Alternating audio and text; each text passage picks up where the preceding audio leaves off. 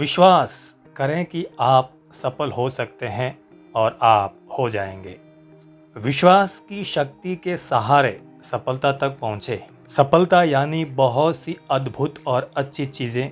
सफलता का मतलब है अमीरी, शानदार घर, मज़ेदार छुट्टियां, यात्रा, नई चीज़ें, आर्थिक सुरक्षा, अपने बच्चों को ज़्यादा से ज़्यादा खुशहाल देना।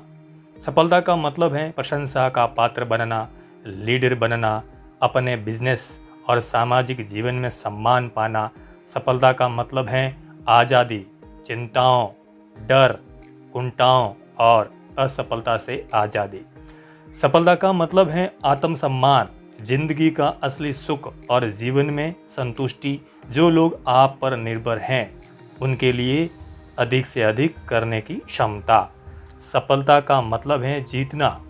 सफलता इज इक्वल टू उपलब्धि, मनुष्य के जीवन का लक्ष्य है। हर इंसान सफलता चाहता है। हर इंसान चाहता है कि उसे जिंदगी का हर सुख मिले। कोई भी घसीट घसीट कर औसत जिंदगी नहीं जीना चाहता। कोई भी सेकंड क्लास नहीं दिखना चाहता। यह इस तरह का जीवन नहीं गुजारना चाहता। सफल जीवन का व्यवहारिक रास्ता हमें बाइबल की उस पंक्ति में दिखाया गया है जिसके अनुसार आस्था से पहाड़ हिलाया जा सकता है। विश्वास करें, सचमुच विश्वास करें कि आप पहाड़ हिला सकते हैं और आप वाकई ऐसा कर सकते हैं। अधिकतर लोगों को ये विश्वास ही नहीं होता कि उनमें पहाड़ हिलाने की क्षमता है। इसका परिणाम ये होता है कि वे ऐसा कभी नहीं कर पाते। किसी मौके पर आपने शायद किसी को ये कहते सुना होगा, ये सोचना बकवास है कि आप किसी पहाड़ को ये कहकर हिला सकते हैं, पहाड़ मेरे रास्ते से हट जाओ। ये असंभव है। जो लोग इस तरह से सोचते हैं उन्होंने आस्था और इच्छा के बीच के अंतर को ठीक से नहीं समझा। ये सच है कि केवल इच्छा करने भर से आप पहाड़ को नहीं हटा सकते। केवल इच्छा करने भर से आप एग्जीक्यूटिव नहीं बन पाते। केवल इच्छा करने भर से आप 5 बेडरूम और 3 बाथ वाले घर के मालिक नहीं बन जाते या आप अमीर नहीं बन जाते। केवल इच्छा करने भर से आप लीडर नहीं बन जाते। परंतु अगर आप में विश्वास हो तो आप पहाड़ को हिला सकते हैं। अगर आपको अपनी सफलता का विश्वास हो तो इस विश्वास के सहारे आप सफलता हासिल कर सकते हैं। विश्वास की शक्ति के बारे में कुछ भी जादू या रहस्य नहीं है। विश्वास इस तरह काम करता है, मुझे विश्वास है कि मैं ये कर सकता हूँ वाला रवैया हमें वो शक्ति, योग्यता और ऊर्जा देता है जिसके सहारे हम वो काम कर पाते हैं। जब आपको यकीन होता है कि आप कोई काम कर सकते हैं तो आपको अपने आप पता चल जाता है कि इसे कैसे किया जा सकता है। हर दिन देश भर में युवा लोग नई नौकरियां शुरू कर रहे हैं। ये सभी युवक युवतियां चाहते हैं कि किसी दिन वे सफलता की चोटी पर पहुंचे और सफल बने। परंतु इनमें से ज़्यादातर लोगों को ये विश्वास नहीं है कि वे कभी चोटी तक पहुंच पाएंगे और इसी कारण वे चोटी पर नहीं पहुंच पाते। अगर आप ये मान लेते हैं कि चोटी पर पहुंचना असंभव है तो आप उन सीढ़ियों को नहीं ढूंढ पाएंगे जिनके सहारे आप चोटी पर पहुंच सकते हैं। ऐसे लोग जिंदगी भर औसत व्यक्तियों की तरह ही व्यवहार करते रहते हैं। परंतु इनमें से कुछ युवक युवतियों को विश्वास होगा कि वे सफल हो सकते हैं। वे अपने काम के प्रति मैं चोटी पर पहुंचकर दिखाऊंगा वाला रवैया रखते हैं और चूंकि उनमें जबरदस्त विश्वास होता है इसलिए वे चोटी पर पहुंच जाते हैं, ये जानते हुए कि वे भी सफल हो सकते हैं और ऐसा असंभव नहीं है। ये लोग अपने वरिष्ठ एग्जीक्यूटिव्स के व्यवहार को ध्यान से देखते हैं। वे सीखते हैं कि सफल लोग किस तरह समस्याओं को सुलझाते हैं और निर्णय लेते हैं। वे सफल लोगों के रवैयों को ध्यान से देखते हैं। जिस आदमी को विश्वास होता है कि वो काम कर लेगा, उसे हमेशा उस काम को लेकर करने का तरीका सूझ जाता है। मेरी एक परिचित महिला ने 2 साल पहले यह फैसला किया कि वो मोबाइल होम बेचने की सेल्स एजेंसी बनाएगी। ऐसे कई लोगों ने सलाह दी कि उसे ऐसा नहीं करना चाहिए क्योंकि वो ऐसा नहीं कर पाएगी। उस महिला के पास पूंजी के नाम पर सिर्फ $3000 थे और उसे बताया गया कि इस काम को शुरू करने के लिए इससे कई गुना ज़्यादा पूंजी की ज़रूरत होती है। उसे समझाया गया इसमें प्रतियोगिता बहुत है और इसके अलावा आपको मोबाइल होम बेचने का कोई अनुभव भी नहीं है, आपको बिजनेस चलाने का अनुभव भी नहीं है। परंतु इस युवा महिला को अपनी क्षमताओं पर विश्वास था। उसे विश्वास था कि वो सफल होगी। वो मानती थी कि उसके पास पूंजी नहीं थी, कि बिजनेस में सचमुच बहुत प्रतियोगिता थी और ये कि उसके पास अनुभव नहीं था। परंतु उसने कहा, मुझे ये साफ दिखाई दे रहा है कि मोबाइल होम उद्योग तेजी से फैलने जा रहा है। इसके अलावा मैंने अपने इस बिजनेस में प्रतियोगिता का अध्ययन कर लिया है। मैं जानती हूँ कि मैं इस बिजनेस को इस शहर में सबसे अच्छे तरीके से कर सकती हूँ। मैं जानती हूँ कि मुझसे थोड़ी बहुत गलतियाँ तो होगी, परंतु मैं छोटी तक तेजी से पहुँचना चाहती हूँ। और वो पहुँच गई। उसे पूंजी जुटाने में कोई खास समस्या नहीं आई। इस बिजनेस में सफलता के उसके दृढ़ विश्वास को देखकर 2 निवेशकों ने उसके व्यवसाय में निवेश करने का जोखिम लिया और संपूर्ण आस्था के सहारे उसने असंभव को कर दिखाया। उसने बिना पैसे दिए एक ट्रेलर निर्माता से माल एडवांस ले लिया। पिछले साल उसने $1,00,000 से ज़्यादा कीमत के ट्रेलर बेचे। अगले साल उसका कहना है, मुझे उम्मीद है कि मैं $2,00,000 का आंकड़ा पार कर जाऊंगी। विश्वास, दृढ़ विश्वास मस्तिष्क को प्रेरित करता है कि वो लक्ष्य को प्राप्त करने के तरीके, साधन और उपाय खोजें। और अगर आप यकीन कर लें कि आप सफल हो सकते हैं तो इससे दूसरे भी आप पर विश्वास करने लगते हैं। ज़्यादातर लोग विश्वास की शक्ति में भरोसा नहीं करते, परंतु कई लोग करते हैं, जैसे अमेरिका के सक्सेसफुल विले में रहने वाले नागरिक। कुछ सप्ताह पहले मेरे एक दोस्त ने, जो स्टेट हाईवे डिपार्टमेंट में अधिकारी हैं, मुझे एक पहाड़ हिलाने वाला अनुभव बताया। पिछले महीने मेरे दोस्त ने बताया, हमारे विभाग ने कई इंजीनियरिंग कंपनियों को टेंडर नोटिस दिए। हमें अपने हाईवे बनाने के लिए किसी फर्म से 8 पुलों की डिजाइनिंग बनवानी थी। पुलों की लागत $50,00,000 थी। जिस भी इंजीनियरिंग फर्म को चुना जाता उसे डिजाइनिंग के काम के लिए 4% का कमीशन दिया जाना प्रस्तावित था, यानी $2,00,000। मैंने इस बारे में 21 इंजीनियरिंग फर्म से बात की। सबसे बड़ी 4 फर्मों ने तो तत्काल प्रस्ताव भेज दिए। बाकी 17 कंपनियां छोटी थी, जिसमें केवल 3 से 7 इंजीनियर ही थे। प्रोजेक्ट इतना बड़ा था कि इनमें से 16 तो इसके बड़े आकार को देखकर ही घबरा गए। उन्होंने इतने बड़े प्रोजेक्ट को देखा, अपने सिर को हिलाया और इस तरह की बात कही, ये हमारे लिए बहुत बड़ा प्रोजेक्ट है, काश हम इसे कर पाते, परंतु कोशिश करने से कोई फायदा नहीं है। परंतु इनमें से एक छोटी फर्म ने, जिसके पास केवल 3 इंजीनियर थे, प्रोजेक्ट का अध्ययन किया और कहा, हम इसे कर सकते हैं, हम एक प्रस्ताव तो भिजवा ही देते हैं। उन्होंने प्रस्ताव भिजवाया और उन्हें वो काम मिल गया। जिन्हें यकीन होता है कि वे पहाड़ हिला सकते हैं, वे ऐसा कर पाते हैं।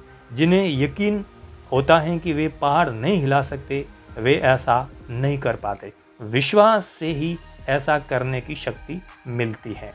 दरअसल आज के आधुनिक दौर में विश्वास के दम पर पहाड़ हिलाने से भी ज़्यादा बड़ी चीज़ें करना संभव है। आज के अंतरिक्ष में अन्वेषण कार्यक्रम का सबसे मूलभूत तत्व ये है कि अंतरिक्ष को जीता जा सकता है। मनुष्य अंतरिक्ष में यात्रा कर सकता है। इस दृढ़ विश्वास के बिना हमारे वैज्ञानिकों को वो साहस, उत्साह और रुचि पैदा नहीं हो पाती जिससे उन्हें आगे बढ़ने का हौसला मिलता। प्रबल विश्वास ही वो शक्ति है जो महान पुस्तकों, नाटकों, वैज्ञानिकों, खोजों के पीछे होती है। सफलता में विश्वास ही हर सफल बिजनेस, चर्च और राजनीतिक संगठन के पीछे होता है। सफलता में विश्वास ही वो मूलभूत अनिवार्य तत्व है जो हर सफल व्यक्ति में पाया जाता है। प्रबल विश्वास ही वो शक्ति है जो महान पुस्तकों, नाटकों, वैज्ञानिकों, खोजों के पीछे होती है। सफलता में विश्वास ही हर सफल बिजनेस, चर्च और राजनीतिक संगठन के पीछे होता है। सफलता में विश्वास ही वो मूलभूत अनिवार्य तत्व है जो हर सफल व्यक्ति में पाया जाता है। विश्वास करें, सचमुच विश्वास करें कि आप सफल हो सकते हैं और आप हो जाएंगे। बरसों तक मैंने ऐसे कई लोगों से बात की जो अपने बिजनेस या दूसरे कैरियर में असफल हो गए थे। मैंने असफलता के बहुत से कारण और बहुत से बहाने सुने हैं। असफलता के बारे में हुई इन चर्चाओं में हमें एक महत्वपूर्ण जानकारी मिली। असफल आदमी के मुंह से इस तरह की कोई न कोई बात जरूर सुनने में आई। सच कहूँ तो मुझे लग ही नहीं रहा था कि हम सफल हो पाएंगे, या मैंने काम शुरू किया उसके पहले ही मुझे इसकी सफलता पर शक हो रहा था, या दरअसल जब ये असफल हुआ तो मुझे जरा भी हैरानी नहीं हुई। ठीक है, मैं कोशिश करके देखता हूँ, पर मुझे नहीं लगता कि ये होगा वाले रवैये की वजह से ही आदमी असफल होता है। अविश्वास नकारात्मक शक्ति है। जब मस्तिष्क किसी बात पर अविश्वास करता है या किसी बात पर संदेह करता है तो मस्तिष्क ऐसे कारणों को खोज लेता है जिससे उस अविश्वास को बल मिले। ज़्यादातर असफलताओं के लिए जिम्मेदार हैं शंका, अविश्वास, असफल होने की अवचेतन इच्छा व सफल होने की सच्ची इच्छा न होना। शंका करें और असफल हो जाए, जीत के बारे में सोचें और सफल हो जाए। एक युवा कहानीकार अपनी लेखक महत्वाकांक्षाओं को लेकर मुझसे हाल ही में मिली। चर्चा उसके क्षेत्र के एक महान लेखक के बारे में होने लगी। ओहो, उसने कहा, मिस्टर एक्स असाधारण लेखक हैं, परंतु मैं उनके जितनी सफल नहीं हो सकती। उसके रवैये से मुझे बहुत निराशा हुई क्योंकि मैं उस मिस्टर एक्स को जानता हूँ। उनमें न तो असाधारण बुद्धि है, न ही असाधारण प्रेरणा है और न ही वे किसी और बात में सुपर है। उनमें केवल एक ही बात असाधारण है और वो है उनका असाधारण आत्मविश्वास। उन्हें दृढ़ विश्वास है कि वे सर्वश्रेष्ठ लेखक हैं और इसलिए वे सर्वश्रेष्ठ लिखते हैं। लीडर का सम्मान करना अच्छी बात है। उससे सीखें, उसे ध्यान से देखें, उसका अध्ययन करें, परंतु उसकी पूजा न करें। ये विश्वास करें कि आप उससे आगे निकल सकते हैं। ये विश्वास करें कि आप उससे ऊपर जा सकते हैं। जिन लोगों का रवैया सेकंड क्लास होता है वे सेकंड क्लास काम ही कर पाते हैं। इसे इस तरह से देखें, विश्वास ही वो थर्मा स्टेट है जो हमारी उपलब्धियों को नियमित करता है। उस व्यक्ति का अध्ययन करें जो औसत जिंदगी के जाल में उलझा हुआ है। उसे विश्वास है कि वो अयोग्य है, इसलिए उसे अयोग्य समझा जाता है। वो मानता है कि वो बड़े काम नहीं कर सकता और इसलिए वो उन्हें नहीं कर पाता। वो मानता है कि वो महत्वपूर्ण नहीं है, इसलिए जो भी वो करता है वो काम महत्वहीन बन जाता है। समय के साथ साथ आत्मविश्वास का अभाव इसकी बातों, चाल ढाल, कामों में दिखने लगता है। जब तक कि वो अपने थर्मोस्टेट को फिर से संतुलित नहीं करेगा तब तक वो सिकुड़ता रहेगा, बौना होता जाएगा और अपनी नज़रों में छोटा होता जाएगा। और चूंकि दूसरे हमसे वो ही देखते हैं जो हम अपने आप में देखते हैं, इसलिए वो अपने आसपास के लोगों की नज़रों में भी छोटा होता जाएगा। अब उस व्यक्ति की तरह देखें जो आगे बढ़ रहा है। उसे विश्वास है कि वो योग्य है और इसलिए बाकी लोग भी उसे योग्य समझते हैं। उसे विश्वास है कि वो बड़े कठिन काम कर सकता है और इसलिए वो इन्हें कर लेता है। जो भी वो करता है, जिस तरह भी वो लोगों से बात करता है, उसका चरित्र, उसके विचार, उसका दृष्टिकोण, सभी बातों में ये झलकता है कि ये व्यक्ति प्रोफेशनल है। ये एक महत्वपूर्ण व्यक्ति है।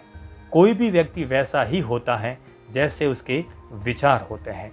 बड़ी बातों में यकीन करें, अपने थर्मोस्टेट को आगे की तरफ सेट करें।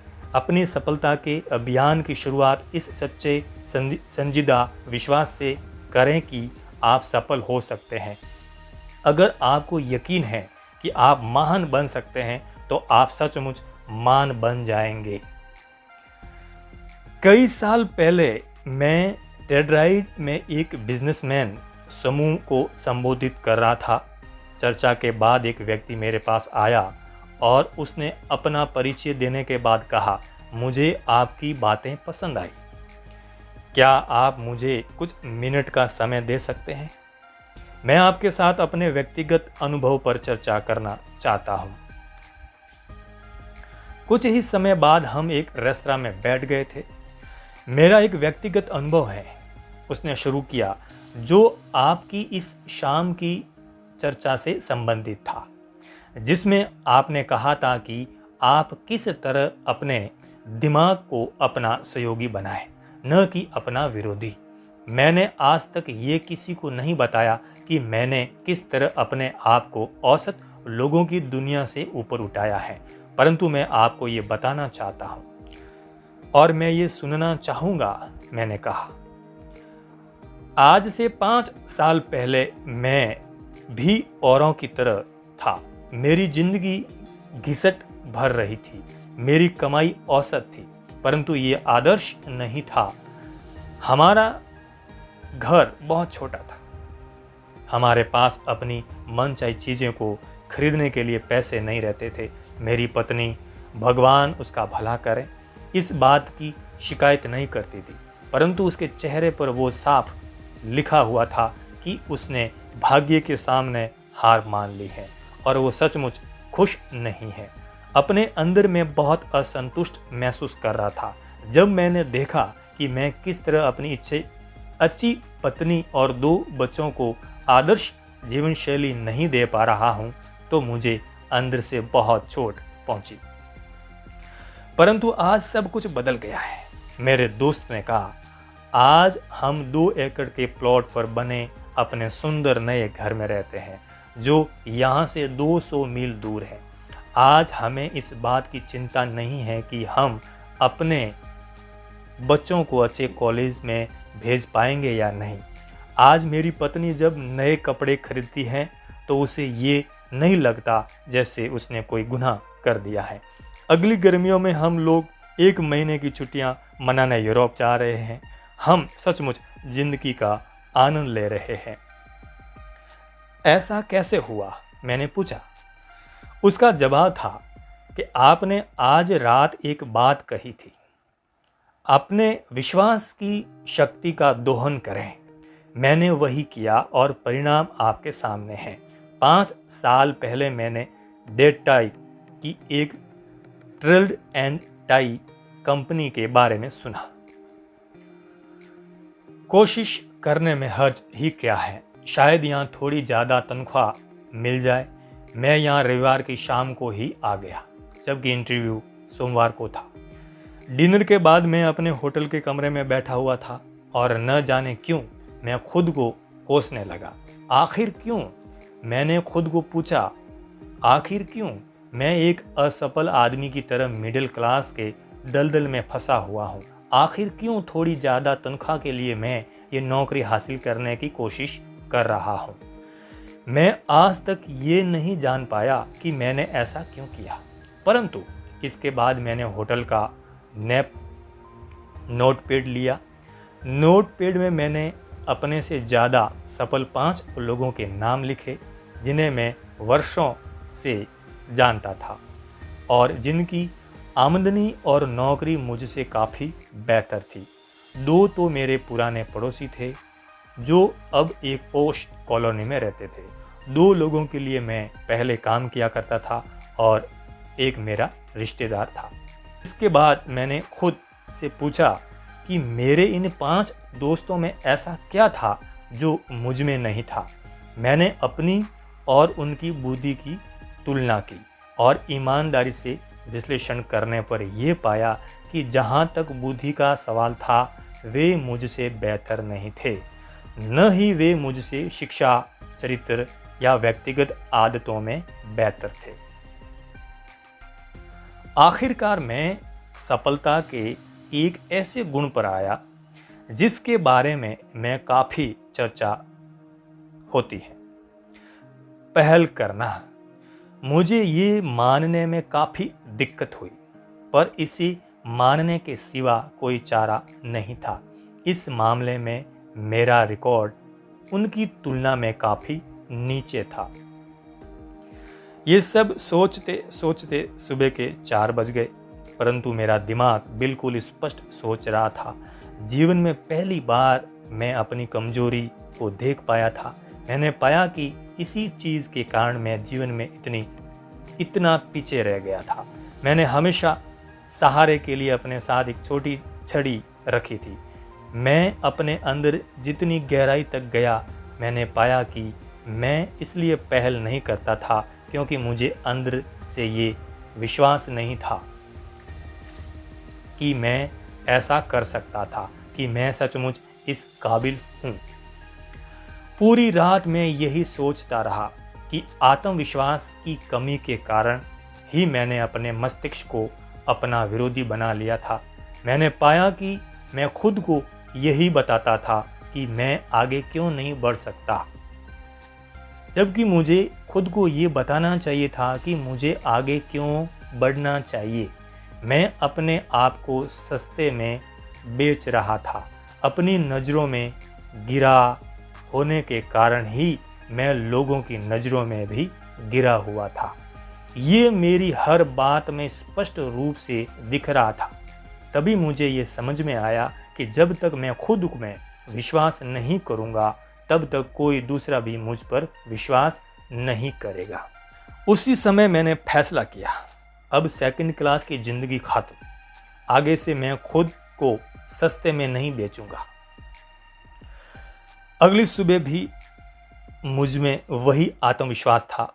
नौकरी के उस इंटरव्यू में मेरे विश्वास का पहला इम्तिहान हुआ। इंटरव्यू के लिए अपने घर से चलते समय मैंने सोचा था कि मैं हिम्मत करके अपनी वर्तमान नौकरी से $7,500 या $10,000 ज़्यादा मांग लूँगा। परंतु अब जब मैं जान गया था कि मैं एक योग्य आदमी था, मैंने $35,000 ज़्यादा मांगे और ये मुझे भी मिले। मैं खुद को महंगे दाम में इसलिए बेच पाया क्योंकि एक रात तक चले लंबे आत्मविश्लेषण के बाद मैं ये जान गया था। 2 साल में ही मैंने अपनी प्रतिष्ठा एक सफल बिजनेसमैन के रूप में बना ली। सभी जान गए कि यह आदमी बिजनेस ला सकता है। फिर मंदी का दौर आया। इस दौर में मैं और भी ज़्यादा मूल्यवान बन गया क्योंकि मुझ में अपनी इंडस्ट्री में सबसे अच्छा बिजनेस हासिल करने की काबिलियत थी। कंपनी का पुनर्गठन हुआ और मुझे बहुत ज़्यादा तनख्वाह मिलने लगी और इसके अलावा मुझे कंपनी के काफ़ी सारे शेयर भी मिले। अपने आप में विश्वास करें और आप के साथ अच्छी घटनाएं होने लगेगी। आपका दिमाग विचारों की फैक्ट्री है। ये एक व्यस्त फैक्ट्री है जो एक दिन में अनगिनत विचारों का उत्पादन करती है। आपके विचारों में इस फैक्ट्री में उत्पादन के इंचार्ज को 2 फॉरमैन हैं, जिनमें से एक को हम मिस्टर विजय और दूसरे को हम मिस्टर पराजय का नाम देंगे। मिस्टर विजय सकारात्मक विचारों के निर्माण के इंचार्ज हैं। उनकी विशेषज्ञता इस तरह के कारण देने में है कि आप क्या सफल हो सकते हैं, आप में इस काम की काबिलियत क्यों है और आप इसमें क्यों सफल होंगे।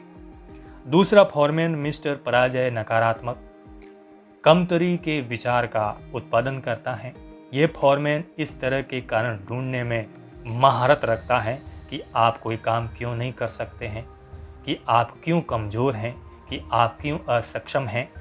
उसकी विशेषता इस तरह के विचारों की श्रृंखला ढूंढने में है कि आप क्यों असफल हो जाएंगे। मिस्टर विजय और मिस्टर पराजय दोनों ही बेहद आज्ञाकारी होते हैं। वे तत्काल आपकी बात पर ध्यान देते हैं। आपको दोनों में से किसी भी फॉरमैन को मानसिक रूप से संकेत भर देना होता है। अगर संकेत सकारात्मक होता है तो मिस्टर विजय आगे आ जाएंगे और काम में जुट जाएंगे। इसी तरह नकारात्मक संकेत देखते ही मिस्टर पराजय सक्रिय हो जाएंगे। दोनों फॉरमैन आपके लिए किस तरह काम करते हैं, इसे स्वयं आजमा कर देखें। अपने आप से कहें, आज तो बड़ा ही बुरा दिन है।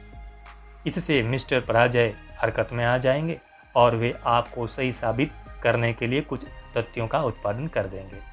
वे आपको ये सुझाव देंगे कि मौसम ज़्यादा गर्म, ज़्यादा ठंडा है, आज बिजनेस बुरा रहेगा, बिक्री कम होगी, दूसरे लोग चिड़चिड़े रहेंगे, आप बीमार पड़ सकते हैं, आपकी पत्नी आज बात का बतंगड़ बना लेगी।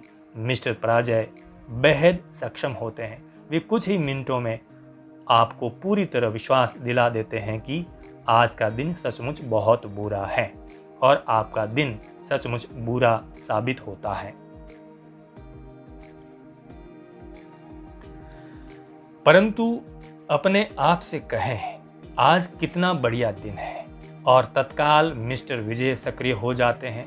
वे आपको बताते हैं, आज शानदार दिन है, खुशगवार मौसम है, कितना सुखद जीवन है, आज आप जो भी काम करेंगे बढ़िया करेंगे और आप उसमें निश्चिंत रूप से सफल होंगे और आपका वो दिन सचमुच बहुत अच्छा गुजरेगा। इस तरह से मिस्टर पराजय आपको ये बताते हैं कि आप मिस्टर स्मिथ को माल क्यों नहीं बेच सकते हैं, जबकि मिस्टर विजय आपको बताते हैं कि आप मिस्टर स्मिथ को माल किस तरह बेच सकते हैं। मिस्टर पराजय आपको ये विश्वास दिखाते हैं कि आप असफल हो जाएंगे, जबकि मिस्टर विजय आपको विश्वास दिलाते हैं कि आप क्यों सफल होंगे। मिस्टर पराजय टॉम को नापसंद करने के कई कारण गिना देंगे, जबकि मिस्टर विजय टॉम को पसंद करने के कई कारण गिना देंगे। आप इन दोनों फॉरमैनों में से जिसे ज़्यादा काम देंगे वो उतना ही ताकतवर बनता जाएगा। अगर मिस्टर पराजय को ज़्यादा काम दिया जाएगा तो वो अपने कर्मचारियों की संख्या बढ़ा देगा और आपके दिमाग की ज़्यादा जगह पर कब्जा कर लेगा। एक दिन ऐसा आएगा जब वो आपके दिमाग के विचारों का पूरा उत्पादन अपने हाथों में ले लेगा और उसके बाद आपकी मानसिकता पूरी तरह नकारात्मक हो जाएगी। समझदारी इसी में है कि आप मिस्टर पराजय को तत्काल नौकरी से निकाल दें। आपको उनकी ज़रूरत नहीं है। आपको उनकी इस सलाह की ज़रूरत नहीं है कि आप कोई काम क्यों नहीं कर सकते, कि आप क्यों असक्षम हैं और आप क्यों असफल होंगे इत्यादि। जहां आप पहुंचना चाहते हैं वहां तक आपको पहुंचाने में मिस्टर पराजय आपकी कोई मदद नहीं कर सकते। इसलिए मिस्टर पराजय को आप धक्के मारकर अपने दिमाग की फैक्ट्री से बाहर निकाल दें। पूरे समय मिस्टर विजय से ही काम लें। जब भी आपके दिमाग में कोई विचार आए तो मिस्टर विजय को ही वो काम सौंपें। वो आपको बताएंगे कि आप किस तरह सफल होंगे।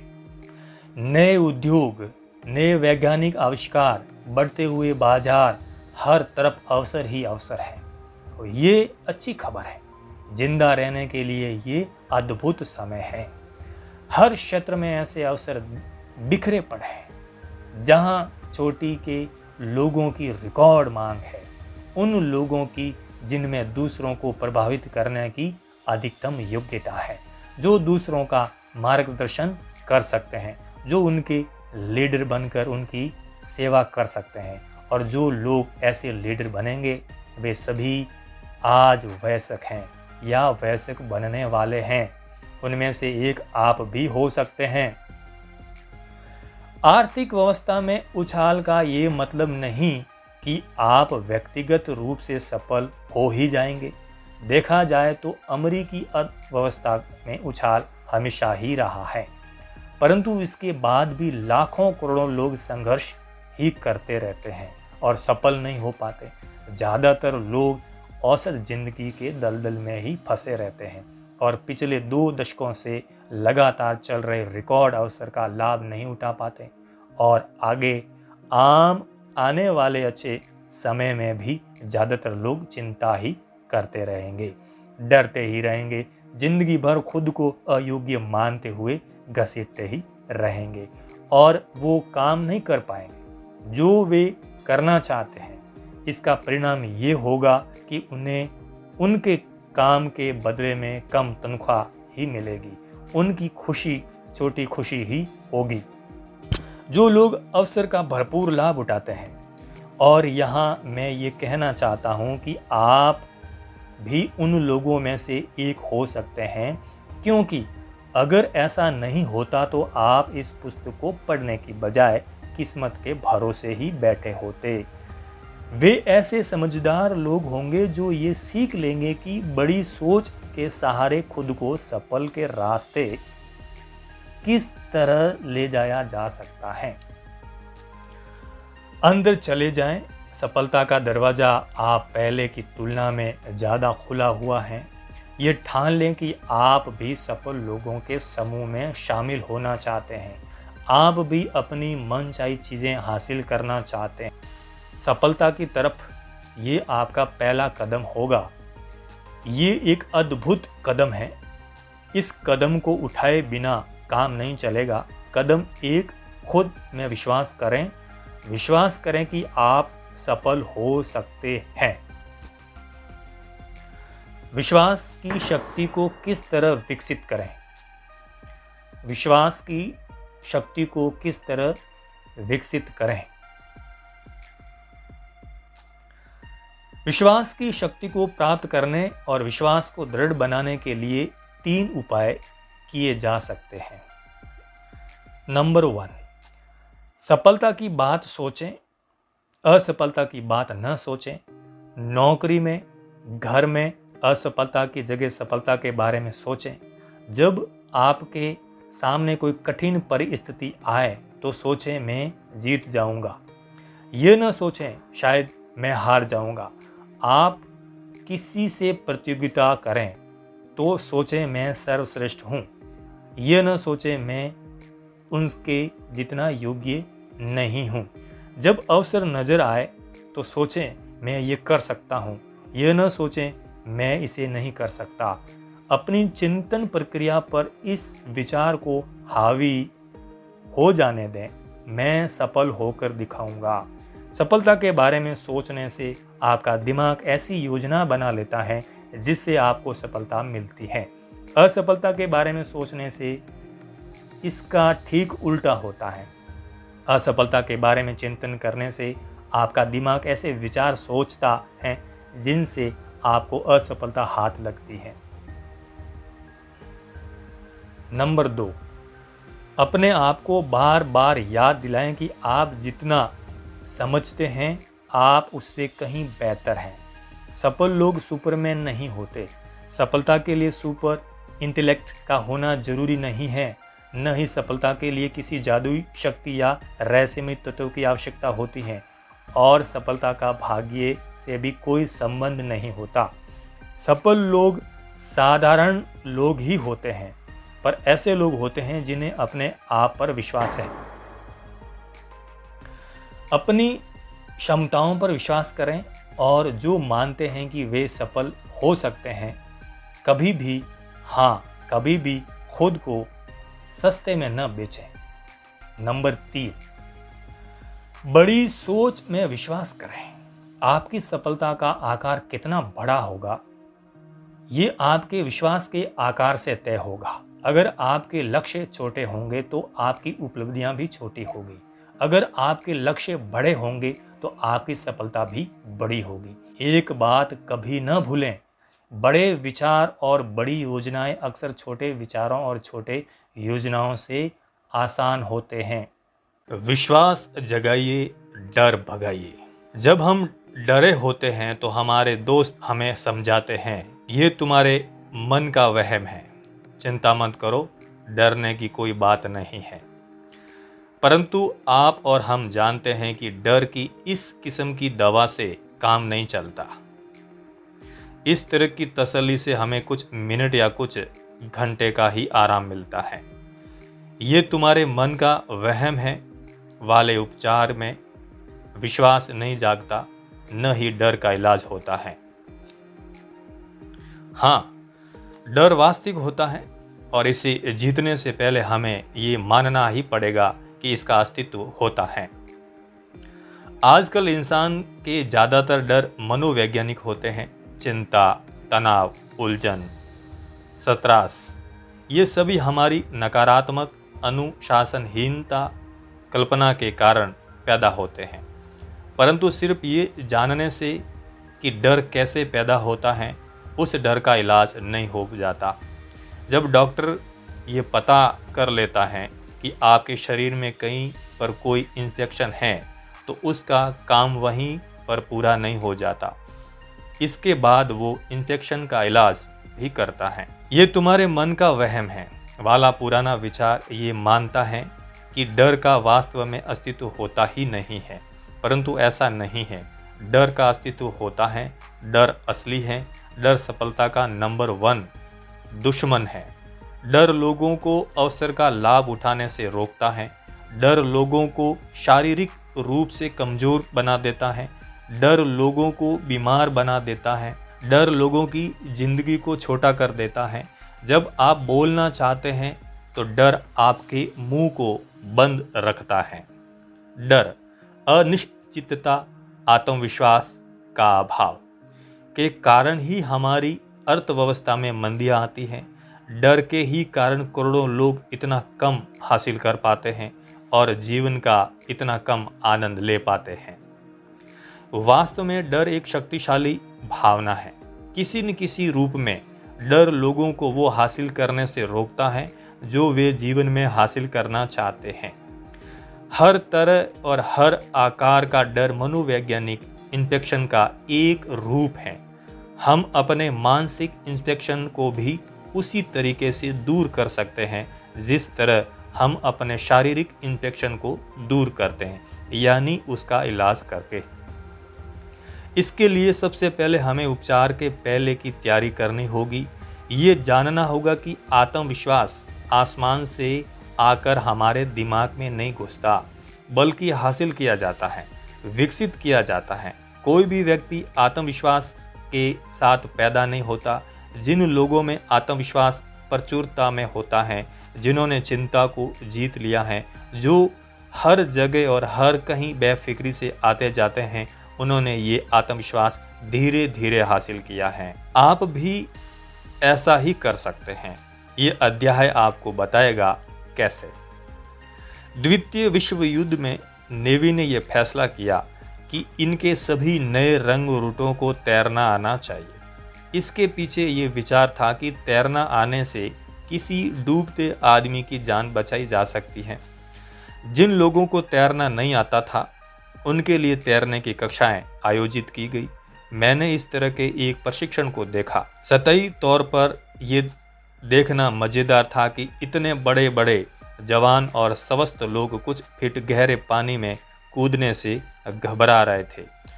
इन लोगों को 6 फीट ऊंचे स्टैंड से पानी में कूदना था और पानी सिर्फ 8 फीट गहरा था। हालांकि आसपास बहुत से विशेषज्ञ तैराक खड़े थे और जान का कोई जोखिम नहीं था, फिर भी ये वयस्क लोग बुरी तरह आतंकित थे। गहराई से सोचने पर ये दुखद प्रसंग था। उनका डर वास्तविक था, परंतु उनमें और हार के डर के बीच में केवल एक ही चीज आड़े आ रही थी, और वो थी नीचे के पानी में छलांग। एक से ज्यादा बार मैंने देखा कि इन युवकों को बोर्ड से अनपेक्षित धक्का दे दिया गया और इसका परिणाम ये हुआ कि पानी से उनका डर हमेशा के लिए दूर हो गया। हजारों भूतपूर्व नेवी के जवान इस घटना से परिचित होंगे। इस घटना से हमें ये शिक्षा मिलती है, काम करने से डर दूर होता है। दुविधा में रहने या अनिर्णय की स्थिति में रहने से या काम टालने से हमारा डर बढ़ता है। इसे अभी हाल अपने सफल नियमों की पुस्तिका में लिख ले। काम करने से डर दूर होता है। मैं फिर दोहरा रहा हूं, काम करने से डर दूर होता है। काम करने से डर सचमुच दूर होता है। कुछ महीनों पहले 40 साल का एक परेशान हाल एग्जीक्यूटिव मुझे मिलने आया। वो एक बड़े रिटेलिंग संगठन में महत्वपूर्ण पद पर था। चिंतित स्वर में उसने मुझे बताया कि मुझे डर है कि मेरी नौकरी छूट जाएगी। मुझे ऐसा लगता है कि मेरे थोड़े से दिन बचे हैं। क्यों? मैंने पूछा। सभी बातें मेरे खिलाफ हैं।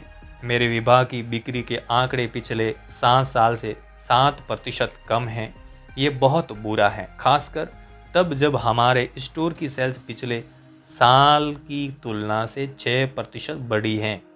मैंने हाल ही में कुछ गलत फैसले लिए और मुझे कई बार मीटिंग में संकेत किया गया कि मैं कंपनी की प्रगति के साथ साथ प्रगति नहीं कर पा रहा हूँ। मुझे इतना बुरा अनुभव पहले कभी नहीं हुआ। मेरी पकड़ ढीली होती जा रही है और ये सबको साफ दिख रहा है। मेरे कर्मचारियों को भी इस बात का एहसास है। मेरे सेल्समैन भी ये देख सकते हैं। दूसरे एग्जीक्यूटिव भी ये जानते हैं कि मैं ढलान पर नीचे फिसल रहा हूँ। एक साथी एग्जीक्यूटिव ने तो पिछले मीटिंग में यहाँ तक सुझाव दिया कि मेरा कुछ काम करके डिपार्टमेंट को सौंप दिया जाए ताकि स्टोर के लिए कुछ लाभ कमाया जा सके। मैं एक ऐसा डूबता हुआ आदमी हूँ जिसे बहुत सारे लोग डूबता हुआ देख रहे हैं और उसके डूबने का इंतजार कर रहे हैं। एग्जीक्यूटिव ने अपनी दुर्दशा का बोलना जारी रखा। आखिरकार मैंने उसे बीच में रोककर उससे पूछ ही लिया, तो आप इस बारे में क्या कर रहे हैं? आप स्थिति को सुधारने के लिए क्या प्रयास कर रहे हैं? मैं इसमें कर ही क्या सकता हूँ? उसने जवाब दिया, मैं सिर्फ ये उम्मीद कर रहा हूँ कि सब कुछ ठीक हो जाए।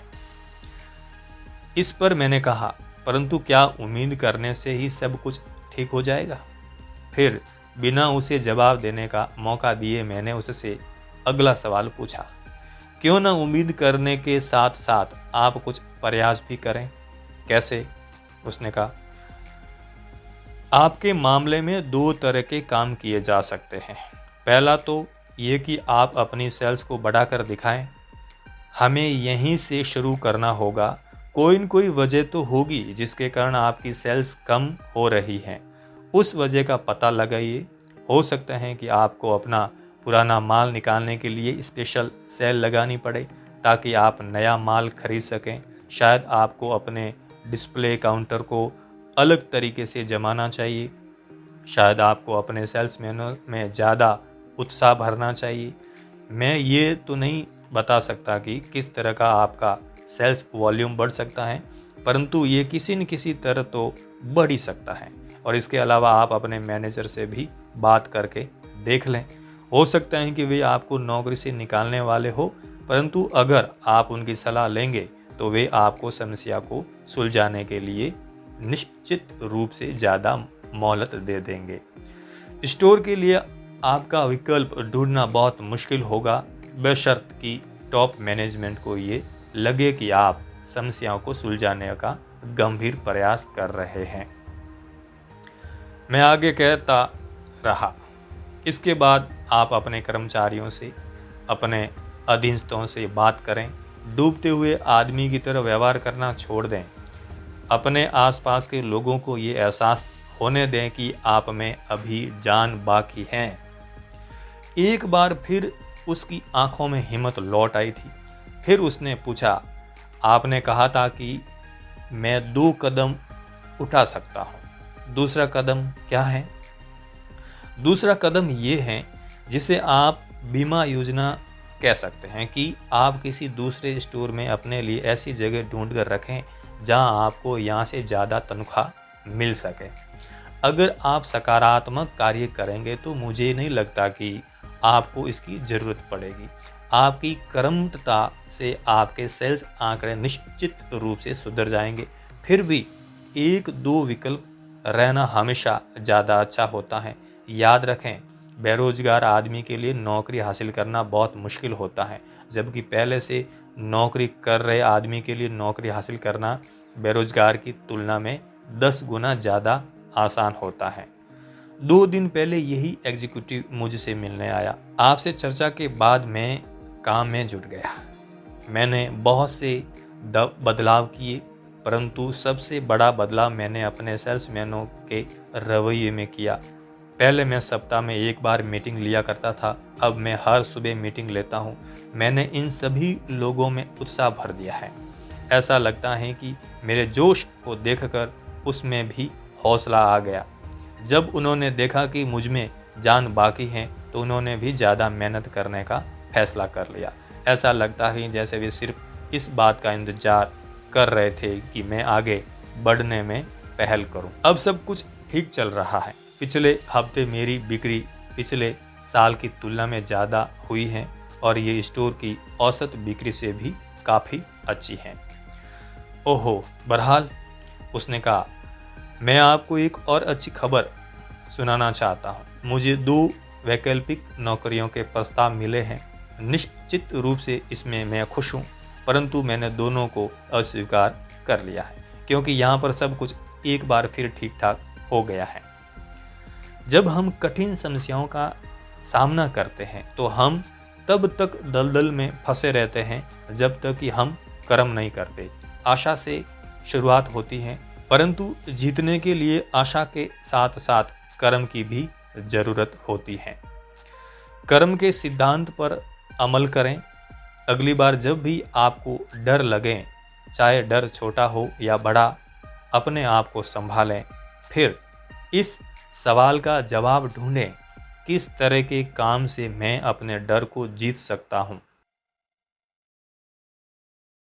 डर के प्रकार और इसके इलाज। अपने डर का कारण खोज लें, फिर उचित कदम उठाएं। डर नंबर 1, रंग रूप के कारण झिझक। इसका इलाज है अपना हुलिया सुधारें। नाई की दुकान या ब्यूटी पार्लर में जाएं, जूते चमकाएं, साफ और प्रेस किए हुए कपड़े पहने, बेहतर ढंग से तैयार हो। अच्छा दिखने के लिए हमें हमेशा नए कपड़ों की ज़रूरत नहीं होती है। नंबर 2, किसी महत्वपूर्ण ग्राहक को खो देने का खतरा। इलाज क्या है? बेहतर सेवा देने की दोगुनी कोशिश करें। ऐसी हर चीज़ को सुधार लें जिससे आपके ग्राहकों का आप में विश्वास कम होता हो। नंबर 3, परीक्षा में फेल हो जाने का डर। इलाज क्या है? चिंता में समय गंवाने के बजाय इस समय को पढ़ने में लगाएं। नंबर 4, आपके नियंत्रण से पूरी तरह बाहर की चीज़ों का डर। इलाज, अपना ध्यान किसी दूसरी तरफ ले जाए। अपने बगीचे में जाकर खरपतवार साफ करें, अपने बच्चों के साथ खेलें, फिल्म देखने जाएं, अपना दिमाग वहाँ से हटा दें। 5, किसी ऐसी चीज़ से शारीरिक क्षति का डर जिसे आप नियंत्रण नहीं कर सकते हो, और जैसे बिजली गिरना, तूफान आना या हवाई जहाज दुर्घटना का डर। इलाज, अपना ध्यान दूसरों के डर को कम करने में, उनकी मदद करने में लगाएं, प्रार्थना करें।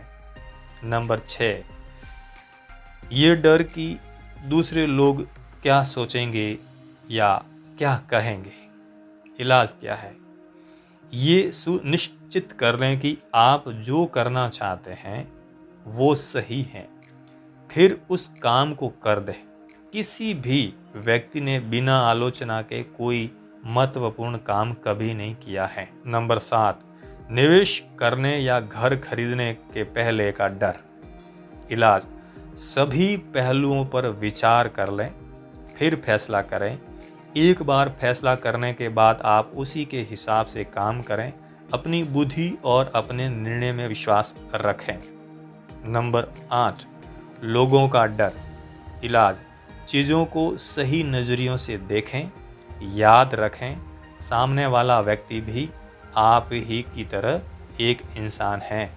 डर का इलाज करने और विश्वास हासिल करने के लिए ये 2 कदम उठाएं। नंबर 1, डर का असली कारण पता करें और ये तय कर लें कि आप वास्तव में किस चीज़ से डर रहे हैं। नंबर 2, फिर कर्म करें। हर तरह का डर किसी न किसी तरह के काम से दूर हो सकता है। और याद रखें, झिझकने से आपका डर बढ़ता ही है, कम नहीं होता है। इसलिए देर न करें, बल्कि तत्काल काम में जुट जाएं, फैसला करें।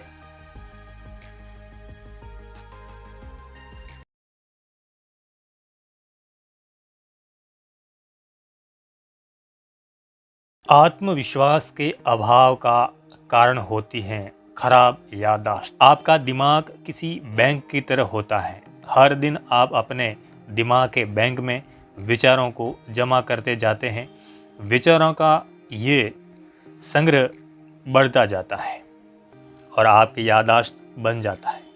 जब भी आप सोचने बैठते हैं या आपके सामने कोई समस्या आती है, तो दरअसल आप अपनी यादों के बैंक से पूछते हैं, इस बारे में मैं क्या जानता हूँ।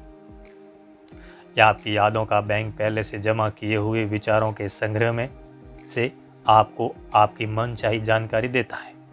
या आपकी यादें ही वो मूलभूत सप्लायर हैं जो आपको नए विचार के लिए कच्चा माल प्रदान करती हैं। आपकी यादों के बैंक का ट्रेलर बहुत ही भरोसेमंद है। ये आपको कभी धोखा नहीं देता। जब आप उसके पास जाकर कहते हैं, मिस्टर ट्रेलर, मुझे कुछ विचार निकाल कर दें जिनसे ये सिद्ध हो सके कि मैं बाकी लोगों जितना योग्य नहीं हूँ, वो कहता है, बिल्कुल सर। याद करें, आपने पहले भी 2 बार इस काम को करने की कोशिश की थी और आप असफल हुए थे। याद करें, आपकी 6ठी कक्षा की टीचर ने कहा था कि आप कोई भी काम ढंग से नहीं कर सकते। याद करें, आपने अपने साथी कर्मचारियों को अपने बारे में ये कहते सुना था। याद करें। और मिस्टर टेलर एक के बाद एक विचार निकाल कर आपको देते हैं जिनसे यह निष्कर्ष निकलता है कि आप अयोग्य हैं, असमर्थ हैं। परंतु अगर आप अपनी यादों के टेलर से ये कहें, मिस्टर टेलर, मुझे एक महत्वपूर्ण फैसला करना है, क्या आप मुझे ऐसे विचार प्रदान करेंगे जिनसे मुझे हौसला मिले? और इसके जवाब में मिस्टर टेलर कहते हैं, बिल्कुल सर, परंतु इस बार वे आपको पहले से जमा किए हुए ऐसे विचार देते हैं जिनसे ये साबित होता है कि आप सफल हो सकते हैं। याद करें, आपके पहले भी ऐसी परिस्थिति में वो शानदार काम किया था। याद करें, मिस्टर स्मिथ को आप पर कितना भरोसा था। याद करें, आपके अच्छे दोस्त आपके बारे में क्या कह रहे थे। याद करें, मिस्टर टेलर पूरी तरह सहयोग करेंगे और आपको उसी तरह के विचार निकाल कर देंगे जिस तरह के विचार आप निकालना चाहते हैं। आखिर ये आपका बैंक है। यहाँ पर 2 उपाय दिए जा रहे हैं जिनके प्रयोग से आप अपनी यादों के बैंक का प्रभावी उपयोग कर सकते हैं और अपना आत्मविश्वास जगा सकते हैं। नंबर 1, अपनी यादों के बैंक में केवल सकारात्मक विचार ही जमा करें। इस बात को अच्छी तरह से समझ लें, हर व्यक्ति के जीवन में अप्रिय, मुश्किल, हतोत्साहित करने वाली घटनाएं होती हैं, परंतु इन घटनाओं के प्रति असफल और सफल लोगों की प्रतिक्रिया अलग अलग होती है। असफल लोग बुरी घटनाओं को दिल से लगा कर रखते हैं। वे अप्रिय स्थितियों को बार बार याद करते हैं ताकि वे उनकी यादों में अच्छी तरह से जम जाएं। वे अपने दिमाग से उन्हें नहीं निकाल पाते। रात को भी ये जिस घटना के बारे में सोचते हुए सोते हैं, वो दिन में हुए कोई अप्रिय घटना ही होती है। दूसरी तरफ आत्मविश्वास से पूर्ण सफल लोग इस तरह की घटनाओं को भूल जाते हैं। सफल लोग अपनी यादों के बैंक में केवल सकारात्मक विचार ही रखते हैं। आपकी कार किस तरह चलेगी अगर हर सुबह काम पर जाने से पहले आप 2 मुट्ठी धूल अपने क्रैक केस में डाल दें? क्या आपका शानदार इंजन बैठ नहीं जाएगा और आप इससे जो करवाना चाहते हैं वो करने से इनकार नहीं कर देगा? आपके दिमाग में जमा नकारात्मक अप्रिय विचार भी आपके दिमाग को इसी तरह से प्रभावित करते हैं। नकारात्मक विचार आपकी मानसिक मोटर को इसी तरह की अनावश्यक टूट फूट का शिकार बनाते हैं। इनसे चिंता, कुंठा और हीनता की भावनाएं पैदा होती हैं। नकारात्मक विचार आपको सड़क के किनारे खड़ा रखते हैं, जबकि बाकी लोग अपनी गाड़ियों पर फर्राटे से आगे बढ़ते रहते हैं। ऐसा करें उन क्षणों में जब आप अपने विचारों के साथ अकेले ही, जब आप अपनी कार चला रहे हो या अकेले खाना खा रहे हो। सकारात्मक घटनाएं याद करें, अपनी यादों के बैंक में अच्छे विचार डालें। इससे आत्मविश्वास बढ़ता है। इससे आप में मैं सचमुच अच्छा हूँ की भावना जागती है। इससे आपका शरीर भी स्वस्थ रहता है। इसका एक बढ़िया तरीका ये है, सोने जाने से पहले अपनी यादों की बैंक में अच्छे विचारों को डाल दें। अपने जीवन की अच्छी बातों को याद करें। ये सोचें कि आपको कितनी सारी चीज़ों के लिए ऊपर वाले का शुक्रगुजार होना चाहिए। आपकी पत्नी या आपका पति, आपके बच्चे, आपके दोस्त, आपका स्वास्थ्य, उन अच्छी चीज़ों को याद करें जो आपने लोगों को आज करते देखा है। अपनी छोटी छोटी सफलताओं और उपलब्धियों को याद करें। उन कारणों को दोहराएं कि आपको आज जीवित होने के लिए खुश क्यों होना चाहिए। नंबर 2, अपनी यादों के बैंक से केवल सकारात्मक विचार ही निकालें। कई वर्ष पहले मैं शिकागो में मनोवैज्ञानिक सलाहकार की एक फर्म के साथ करीबी रूप से जुड़ा हुआ था। वे कई तरह के मामले सुलझाते थे, परंतु उनमें से ज़्यादातर मामले विवाह संबंधी समस्याओं और मनोवैज्ञानिक कठिनाइयों से संबंधित होते थे। एक दिन मैं फर्म के मुखिया से उसके प्रोफेशन और उसकी तकनीकों के बारे में बात कर रहा था। मैं ये जानना चाहता था कि वो किस तरह असंतुलित व्यक्ति की मदद करते हैं। उसने कहा, क्या आप जानते हैं कि लोग अगर केवल एक चीज़ कर लें तो उन्हें मेरी सेवाओं की कभी ज़रूरत ही नहीं पड़ेगी। वो क्या है? मैंने उत्सुकता से पूछा। सिर्फ यही कि आप अपने नकारात्मक विचारों को नष्ट कर दें, इससे पहले कि वे विचार राक्षस बन जाएं और आपको नष्ट कर दें। मैं जिन लोगों की मदद करता हूं, उनमें से ज़्यादातर लोग, उसने कहा, कि मानसिक आतंक की दुनिया में रहते हैं। शादी की बहुत सारी कठिनाइयाँ हनीमून राक्षस की वजह से होती है। हनीमून उतना संतोषजनक नहीं रहा होगा जितना एक या दोनों जीवन साथी चाहते हो, परंतु उस याद को दफना देने के बजाय वे लोग सैकड़ों बार उस पर विचार करते रहते हैं, जब तक कि ये उनके वैवाहिक जीवन की एक बहुत बड़ी बाधा नहीं बन जाती।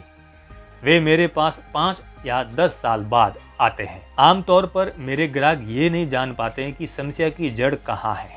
ये मेरा काम है कि मैं उन्हें उनकी कठिनाइयों का विश्लेषण करूं और उन्हें ये बताऊं कि उन्होंने राई का पहाड़ बना लिया है। कोई भी व्यक्ति किसी भी अप्रिय घटना को मानसिक राक्षस बना सकता है। मेरे मनोवैज्ञानिक दोस्त ने आगे कहा, नौकरी की असफलता, असफल रोमांच, बुरा निवेश, टीन एज बच्चे के व्यवहार से निराशा ऐसे आम राक्षस हैं जिनकी वजह से मैंने लोगों को परेशान देखा है। मैं इन राक्षसों को मारने में इन लोगों की मदद करता हूँ। ये स्पष्ट है कि अगर हम किसी भी नकारात्मक विचार को बार बार दोहराएंगे तो इसका मतलब है कि हम इसे खाद पानी दे रहे हैं, और अगर हम इसे खाद पानी देंगे तो ये धीरे धीरे बड़ा राक्षस बनकर हमारे आत्मविश्वास को नष्ट कर देगा और हमारी सफलता की राह में गंभीर मनोवैज्ञानिक कठिनाइयां खड़ी कर देगा। लोगों को सही नजरिए से देखने के 2 तरीके ये हैं।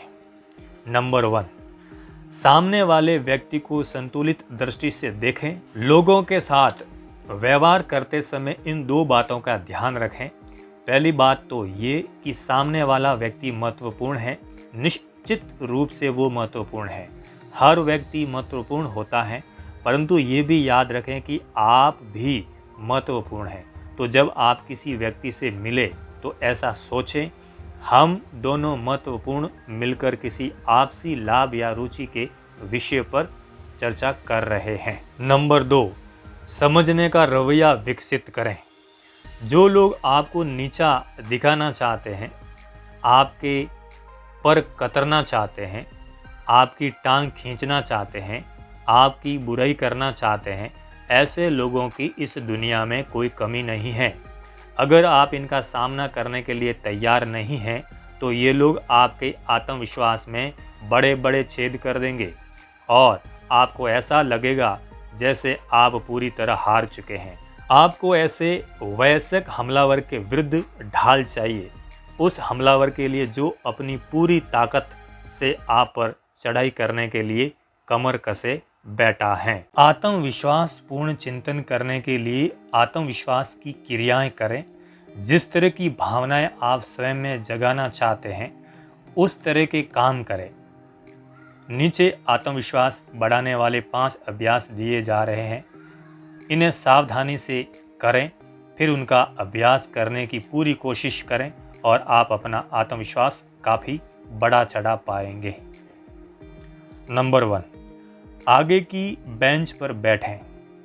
कभी आपने मीटिंग या चर्च या क्लासरूम या किसी और तरह की सभा में इस बात पर गौर किया है कि पीछे की सीटें सबसे पहले भर जाती हैं?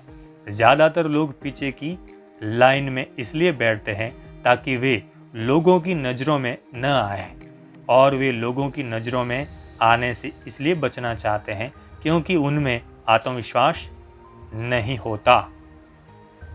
आगे बैठने से आत्मविश्वास बढ़ता है। इसका अभ्यास करें। आगे से ये नियम बना लें कि आप जितना आगे बैठ सकते हो बैठें। ये बात तो पक्की है कि आगे बैठने से आप थोड़े ज़्यादा नज़रों में रहते हैं, परंतु याद रखें, सफलता के लिए लोगों की नज़रों में रहना ज़रूरी होता है। नंबर 2, नज़रें मिलाकर बात करने का अभ्यास करें। कोई व्यक्ति किस तरह अपनी आँखों का प्रयोग करता है, इससे भी हमें उसके बारे में काफ़ी जानकारी मिल सकती है। अगर कोई आपकी आँखों में सीधे नहीं देखता है तो आपके मन में ये सवाल तत्काल आ जाता है, ये व्यक्ति क्या छुपाने की कोशिश कर रहा है? ये व्यक्ति किस बात से डरा हुआ है? क्या ये मुझे धोखा देना चाहता है? इस व्यक्ति के इरादे क्या हैं? आमतौर पर आँखों के संपर्क में असफलता से 2 बातें पता चलती हैं। पहली ये, मैं आपके सामने आने वाले असहज अनुभव करता हूँ, मैं आपसे हीन अनुभव करता हूँ, मैं आपसे डरा हुआ अनुभव करता हूँ, या सामने वाले से आंखें न मिलाने से ये बात पता चलती है, मैं अपराध बोध से ग्रस्त हूँ, मैंने ऐसा कुछ किया है या सोचा है जो मैं नहीं चाहता कि आपको पता चल जाए। मुझे डर है कि अगर मैं आपसे नज़रें मिलाऊंगा तो आप मेरे दिल की बात समझ जाएंगे। जब आप नज़रें मिलाने से बचते हैं तो आप सामने वाले पर अच्छी छाप नहीं छोड़ पाते। आप कहते हैं, मैं डरा हुआ हूँ, मुझ में आत्मविश्वास की कमी है।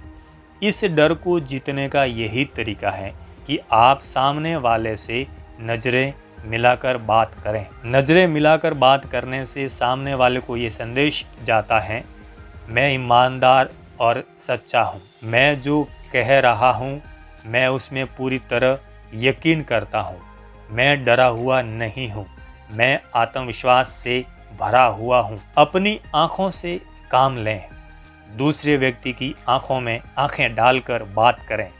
इससे न सिर्फ आप में आत्मविश्वास आ जाएगा बल्कि इससे सामने वाला भी आप पर विश्वास करने लगेगा। नंबर 3, 25% तेज सलाह। जब मैं छोटा था तो काउंटी सीट पर जाना ही अपने आप में एक रोचक अनुभव होता था।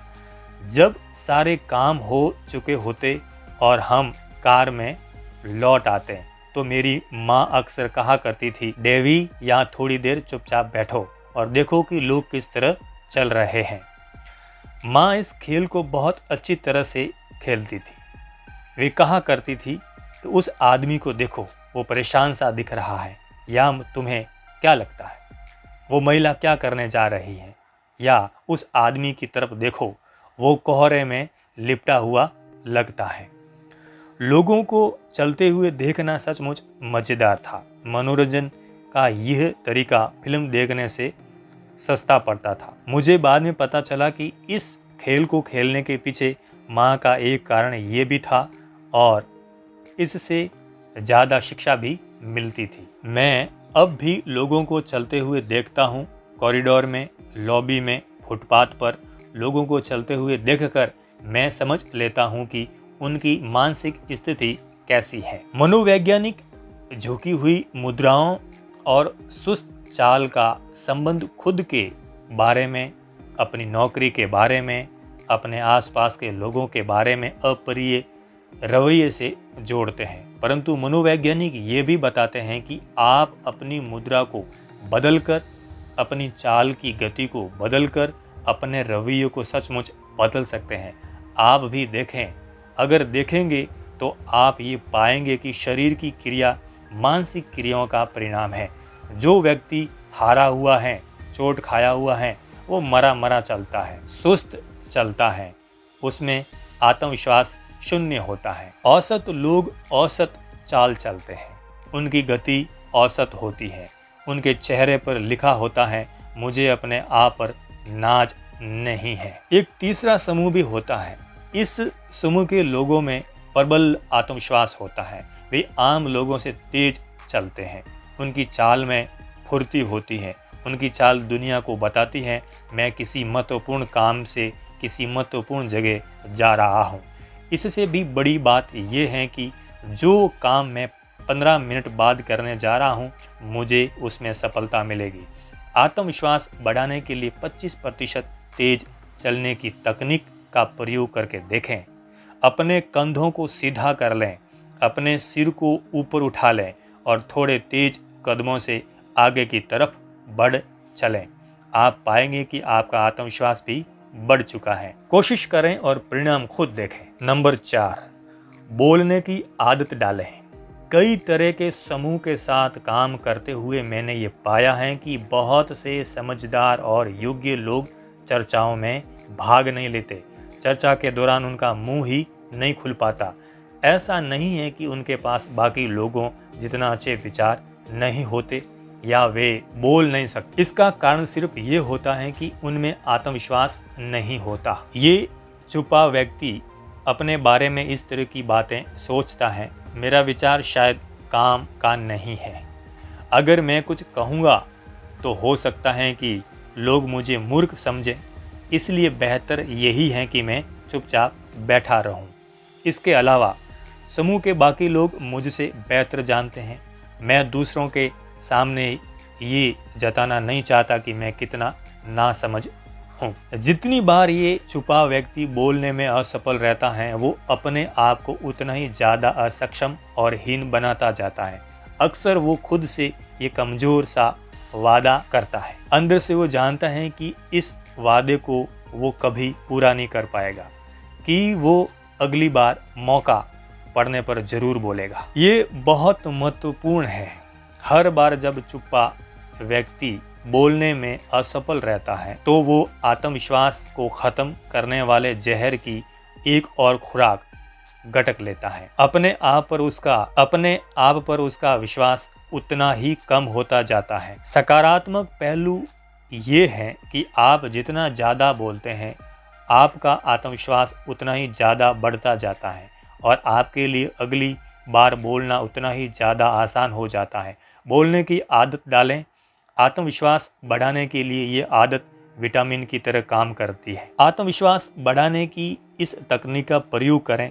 हर ओपन मीटिंग में बोलने का नियम बना लें। आप जिस बिजनेस वार्ता, कमिटी मीटिंग, कम्युनिटी फोरम में भाग लें, उसमें अपने आप कुछ न कुछ कहें। इस मामले में कोई अपवाद न रखें, कोई टिप्पणी करें, कोई सुझाव दें, कोई सवाल पूछें। आखिरी में कभी न बोलें। आपको सबसे पहले बोलने की आदत डालनी चाहिए। आपको झिझक तोड़नी होगी। और मूर्ख दिखने के बारे में चिंता न करें। आप मूर्ख नहीं दिखेंगे। अगला व्यक्ति चाहे आपसे सहमत न हो, परंतु कोई दूसरा व्यक्ति आपसे जरूर सहमत होगा। अपने आप से ये सवाल करना छोड़ दें, क्या मैं कभी बोलने की हिम्मत कर पाऊंगा? इसके बजाय समूह के लीडर का ध्यान आकर्षित करने का लक्ष्य बनाएं ताकि आप बोल सकें। बोलने के विशेष प्रशिक्षण और अनुभव के लिए अपने स्थानीय टोस्ट मास्टर के क्लब में शामिल हो जाएं। हजारों लोगों ने इस तरह के सुनियोजित कार्यक्रम में शामिल होकर लोगों के साथ और लोगों के सामने चर्चा करके अपना आत्मविश्वास बढ़ाया है। नंबर 5, बड़ी मुस्कुराहट दें। ज़्यादातर लोगों का कहना है कि मुस्कुराहट से उन्हें सच्ची ताकत मिलती है। उन्हें बताया गया है कि मुस्कुराहट आत्मविश्वास की कमी को दूर करने के लिए एक बढ़िया दवा है, परंतु ज़्यादातर लोग इस बात में इसलिए यकीन नहीं करते क्योंकि जब वे डरे होते हैं तो ये मुस्कुराने की कोशिश ही नहीं करते। ये छोटा सा प्रयोग करके देखें। आप पराजित अनुभव करें और बड़ी मुस्कुराहट दें। एक साथ एक ही समय में ये संभव नहीं है। आप ऐसा कर ही नहीं सकते। बड़ी मुस्कुराहट आपको आत्मविश्वास देती है। बड़ी मुस्कुराहट आपका डर भगाती है, चिंता दूर करती है और निराशा हर लेती है। और एक सच्ची मुस्कुराहट सिर्फ आपके आत्मविश्वास को ही नहीं बढ़ाती या सिर्फ आपके मन से बुरी भावनाओं को ही नहीं हटाती। सच्ची मुस्कुराहट से लोगों का विरोध भी पिघल जाता है और ये तत्काल होता है। अगर आप किसी को बड़ी सी सच्ची मुस्कुराहट दें तो सामने वाला व्यक्ति आपसे गुस्सा हो ही नहीं सकता।